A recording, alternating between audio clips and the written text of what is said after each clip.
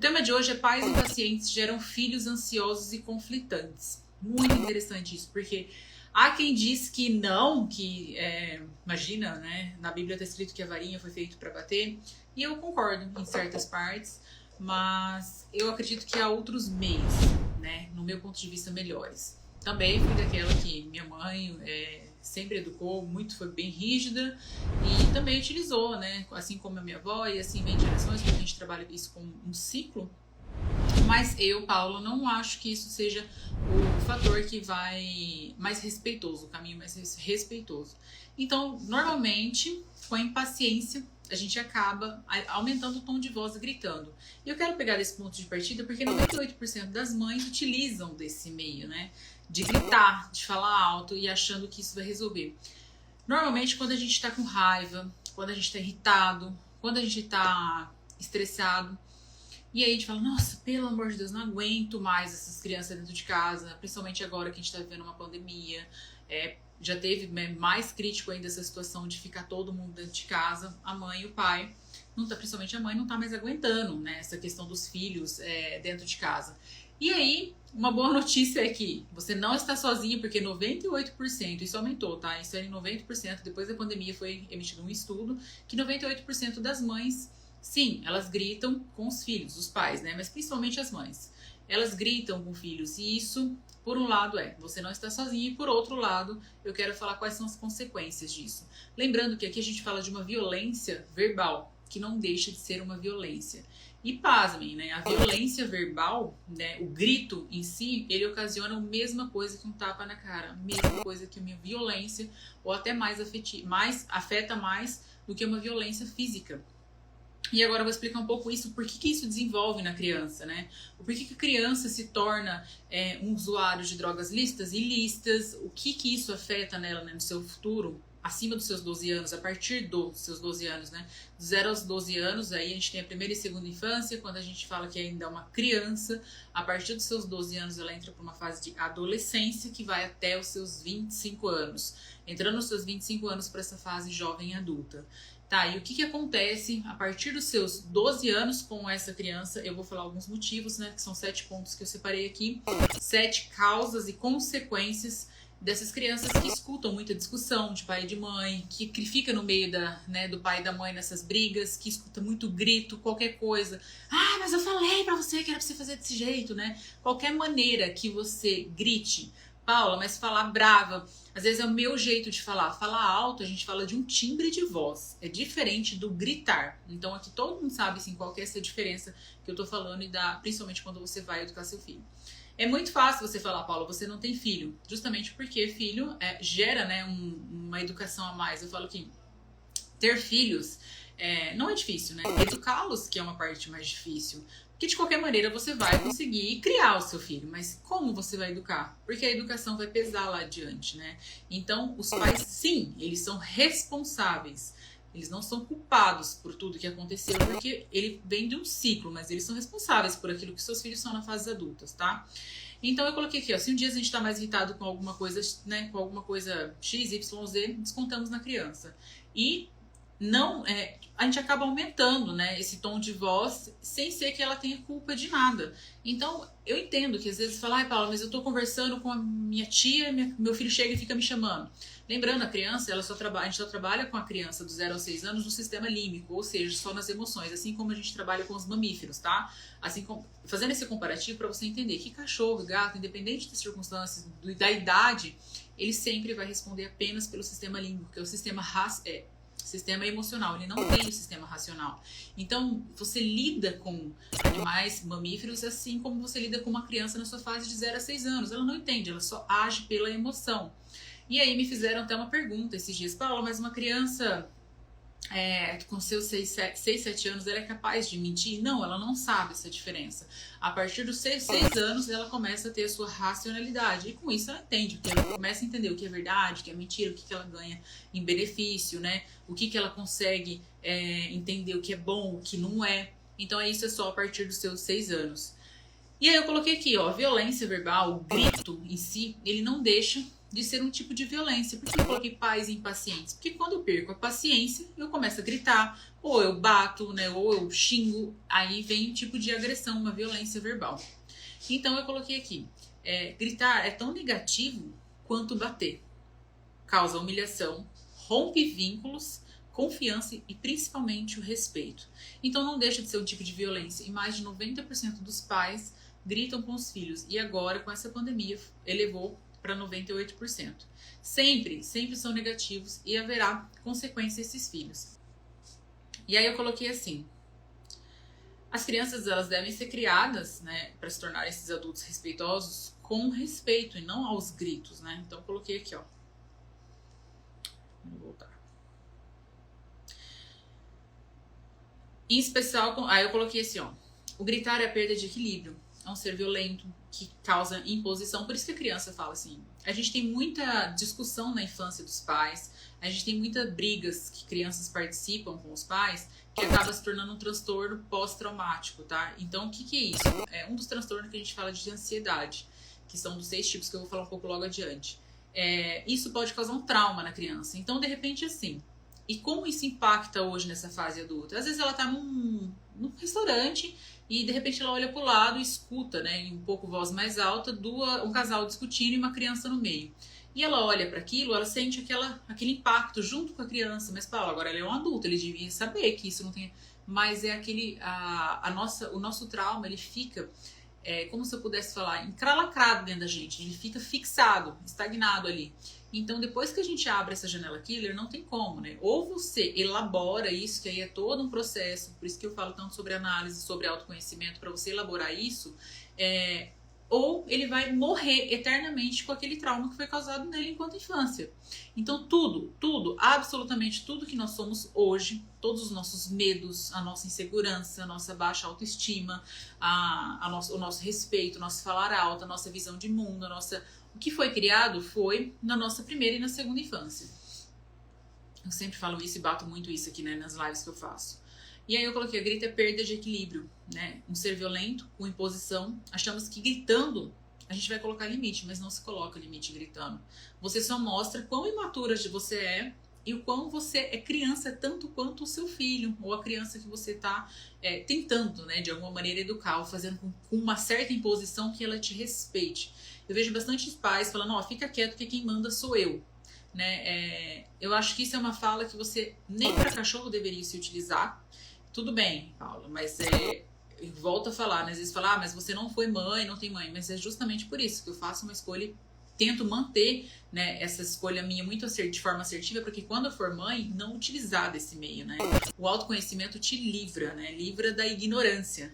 E aí você entende que esse meio não é um meio que vai trazer o respeito. Se fosse assim, a gente não via pais, né, utilizando de violência, e quando o filho cresce e se torna violento, que é um dos pontos que eu vou falar aqui, dos fatores. Então, em especial com seus filhos. Eles não devem ter brigas, nunca. Brigas do casal. Eu vejo muitas crianças sendo utilizadas como meio ferramenta no caso de separação. Ah, eu não vou deixar meu marido ver meu ex-marido ver meu filho. Não, porque ele não deu pensão. E aí vira esse meio, né? Essa bagunça. Então, em especial com os seus filhos, não utilize os seus filhos como ferramenta, né? Para tentar colocar a criança de alguma maneira para ganhar algum benefício ou então tentar atingir alguém. Essa criança ela vai crescer traumatizada. E aí eu vou explicar um pouco agora o porquê que a gente está criando tanto, né? Até 2030 vai ser uma era que mais, né? A doença que mais vai matar, que é a depressão. O porquê que essas crianças hoje, nós temos muito, né? Aumentando muito o índice de crianças indo buscar a sua fantasia, a sua felicidade, tentando se dopaminar com drogas, né? Sendo bons pais e boas mães, não haverá necessidade nenhuma de cuidar das emoções. Se a gente fosse, né, eu coloquei isso aqui, a profissão que mais cresce hoje no Brasil, a quinta profissão que mais cresce hoje é a psicologia. Por quê? Porque eu falo que, primeiro, que se não existisse família, não existiria psiquiatria. E se não existisse essas educações, né, se a gente tivesse a consciência, e eu sei que tem muitos pais que educam o filho de forma querendo acertar, né, de forma assertiva e acaba errando. Isso sempre, desde que mundo é mundo, vai acontecer. Mas se a gente tivesse o mínimo de cuidado, né, tentar se livrar dessa ignorância, buscar mais autoconhecimento, entender que tudo que eu sou hoje é fruto da minha infância, né, dos traumas que eu passei com os meus pais e meus pais passaram com os meus avós, e isso vem nessa geração para geração, nós não precisaríamos, né, de psicólogo. E veja que é psicólogo, de analistas, de psicoterapeutas, de psicanalistas, que são a vertente da psicologia, né, em si. A gente não precisaria, né, de tanto essa profissão estar tão aguçada, tão buscada, né, e a gente vê ainda muitos profissionais assim que não são preparados para essa educação. Esses dias uma colega estava comentando sobre que uma psicóloga falou com a filha dela, e eu falei, olha, essa abordagem não seria uma abordagem correta, né, de uma educação ou de ensinar uma criança de forma muito ríspida, muito opressora a fazer algo, né. Eu não utilizo esse meio porque eu acho que é desnecessário e traumatiza a criança. Mas enfim, eu quero te mostrar agora qual que são as 7 consequências do grito, né? O que esse grito causa nessas crianças, nesses adultos, que a partir dos seus 12 anos... E olha só, aumentou, isso aí uma Itália Alerta, a estimativa de 200% de crianças, né? Que entrando para sua fase de adolescência, de 12 aos 14 anos, em suicídio. Então essas crianças, digamos que eu até falei aqui, né, como se elas fossem computadores ou uma esponjinha que está sugando informação na sua primeira infância, chega na sua segunda infância. E aí quando ela chega nos seus 12 anos, digamos que ela já formou essa sua personalidade, agora ela vai entrar em ação. A gente vê muito e viu muito, aumentou muito o índice de separação agora nessa pandemia. E o que essas crianças... O certo, eu sei que isso é muito complicado, né, de pegar e colocar cada criança para uma psicóloga, porque criança na psicóloga, ela vai trabalhar cognitivo comportamental e não uma análise, porque ela não, eu falo no modo técnico aqui, né, ela não tem o que trabalhar ainda do seu inconsciente, da sua infância, porque ela está vivendo esse período. Então trabalha somente com cognitivo, ensinando ela, mostrando, né, de forma comportamental mesmo, e não fazendo, não recalcando, que é assim que a gente chama, né, na psicanálise, Freud explica. Mas o que eu quero dizer essas crianças, elas devem ser alertadas, ensinadas, mostradas, os pais devem ter participação assim como ou mais do que quando estava no casamento. O pai precisa dessa presença do pai, né, que é da função paterna, para ter delimitação, colocar o limite nessa criança, para ela entender que o pai vem como limite, a mãe vem como proteção, e para não causar essas consequências, né? E o que eu vou falar agora, principalmente consequências do grito. E essas consequências, elas trazem de modo muito exacerbado para as crianças, principalmente ali nos seus 0 aos 12 anos. Então, toda vez que eu remeter criança, eu falo de 0 aos 12 anos. Adolescente, dos 12 aos 25, tá bom? Exatamente as mesmas violências, as mesmas consequências, essas são as mesmas consequências de uma violência física. As mesmas. Seu filho vai ter, quando ela entrar na adolescência dos 12, a partir dos 12 aos 25 anos, primeira coisa, consequência dessa criança que só escuta grito, briga dentro de casa, só é corrigida com grito. Vai ter depressão, né? Isso é uma regra? Absolutamente. Então, Paula, crianças que escutam grito dentro de casa, briga o tempo todo, elas estão fadadas a ter depressão? Sim, isso é uma regra. Porque você não mostra para a criança o equilíbrio emocional, né? Não sabe aguardar, não sabe esperar, tudo acha que é na base da discussão, na base da briga, na base do grito. Então, sim, é uma das consequências. A segunda consequência é a ansiedade e todos os seus transtornos, tá? Quando a gente fala de transtorno, a gente fala transtorno de ansiedade, transtorno de pânico, mas aqui a gente fala dos seus 6 vertentes de transtorno, que é a TAG, transtorno de ansiedade generalizada, o TEPT, né, que é o transtorno de estresse pós-traumático, o TOC, que é o transtorno obsessivo compulsivo, a fobia generalizada e a específica, e a ansiedade noturna, que é a insônia. Terceiro ponto, né, consequência dessa criança que sofre, né, esse abuso verbal, essa violência verbal, vai se tornar também violento, que é aquilo que eu falei, traz desse ciclo, né, desse ciclo do pai, ciclo da mãe, e assim vem, trazendo essa crença de que para eu ser educado eu preciso bater, para meu filho me respeitar eu preciso apanhar, para meu filho me respeitar eu preciso gritar. Então se torna violento, dos 12 aos 25 anos, nessa adolescência, ele já não vai mostrar lá essa violência quando ele for adulto não, tá? Ou quando ele for pai.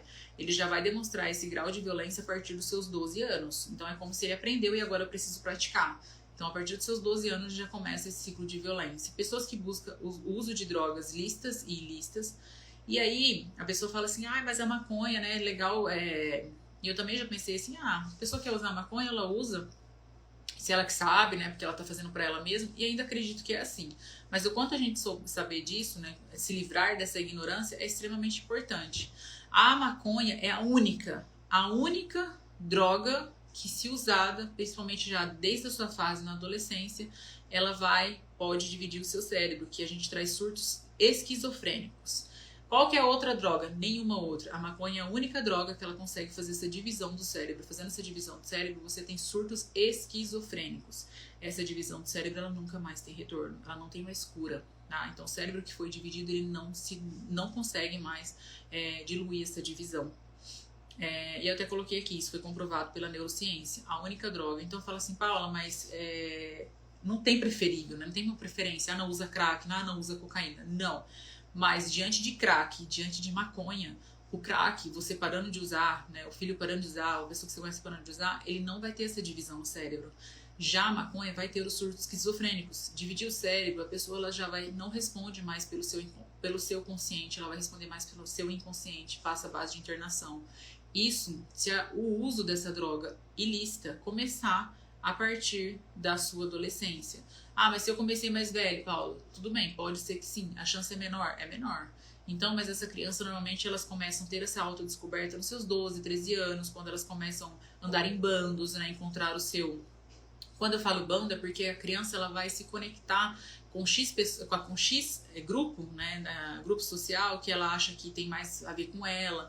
E aí você pode perguntar assim, Paula, mas o meu filho, ele não é tranqueira, ele não é assim, tá querendo andar com tranqueira. Então, lá no fundo, ele tem essas características que ele encontra nessas pessoas que ele anda reprimida. Talvez não saia dessas características ou não vá fazer o que aquelas outras pessoas que você julga que é tranqueira, por medo, por receio em relação aos pais. Mas sim, aquilo dentro dele a gente fala isso do id, né, do ego e do superego. Então o superego que dá esse bloqueio. O que é o superego? É a racionalização, que ele sabe que precisa desse comando, onde fala, não vai não, porque se você for a sua mãe, vai, né? Então ela acaba não indo, mas o desejo primitivo dele, que a gente fala do id, é de querer ir. Né? Então tem sim essa semelhança. Pais e mães não se iludam quanto a isso, porque às vezes fala assim, não, mas o meu filho não faz. Não, mas a mãe só não quer enxergar aquilo que o filho de fato é.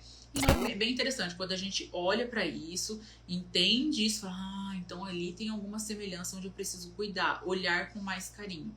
Então essa é a terceira característica aí, terceira consequência, né, de um lar onde só tem muita briga, gritos, enfim. Agora, para a quarta característica, quarta consequência, é o problemas com a lei. Né? Ele não vai entender porque ele não introjetou o superego. É isso que eu acabei de falar. Ele não vai ligar de ter que lidar com essas leis e achar que para ele não serve. Principalmente filho que, né, vive de pais narcisistas e essa criança cresce com esse pensamento mais narcisista, eu mando, né? Quem é você para falar disso comigo? Então essa criança ela não vai, esse adolescente ele já não vai entender que isso é necessário cumprir, que tem regras, porque não teve a função paterna muito ativa ali.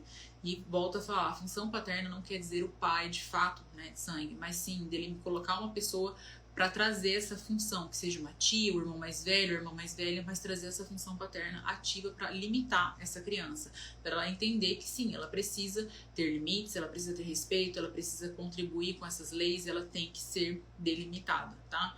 Então eu coloquei aqui, o id, todo mundo nasce com ele, é algo que já nasce com a gente e consiste em nossos desejos mais primitivos, vontades, pulsões primitivas e formados pelos nossos instintos e desejos orgânicos. O ego é para manter a nossa sanidade da nossa personalidade. Isso desenvolve já nos seus primeiros anos de vida. Então, por isso que a gente fala que o ego ele é construído, a nossa personalidade ali no 0 aos 6 anos, dos 6 aos 12 anos, primeira e segunda infância.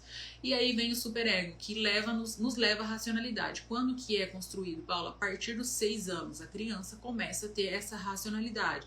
Sabe o que é certo e o que é errado? Sabe de fato o que é sim, o que é não. Porque até então, quando você baixa para essa criança, que eu vou ensinar um meio de educar, ela entende por aquele comando, como se fosse um adestramento de cachorro. O cachorro ele não entende o que é sim, o que é não, ele entende pelo comando. Então, quando você fala de forma mais séria, de forma mais firme, ele entende que aquilo ali não pode, porque você tira, porque você ensina aquilo para ele. Então, o superego leva essa criança, esse adolescente, né, a criança saindo dessa fase dos 6 aos 12 anos para entrar na fase de adolescência, a racionalidade. É como se eu falasse, viesse um conselheiro e viesse alertar que, Não faz isso não, porque se você fizer vai ter consequência. Então todos os nossos atos, né, consciente é o superego que traz pra gente. E aí eu coloquei aqui a quinta consequência.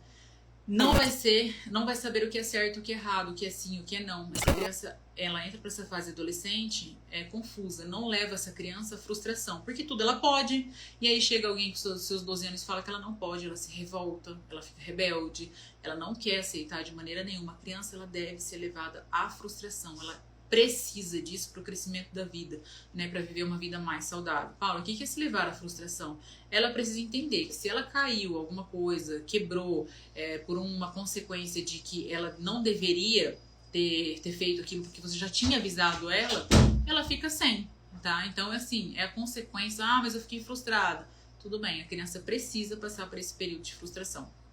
A sexta consequência é instabilidade emocional. Ora tá bem, ora não tá, desenvolve aí de repente uma dupla personalidade, desenvolve aí essas outras transtornos que eu falei, fobia. Paulo, mas a criança vai ter tudo isso de transtorno? Não. Alguns pontos vai levar para ela ter ou fobia social, ou uma transtorno de estresse pós-traumático. Por quê? Porque se a criança presenciou uma briga muito feia do pai com a mãe, você não tira isso da mente dela nunca mais.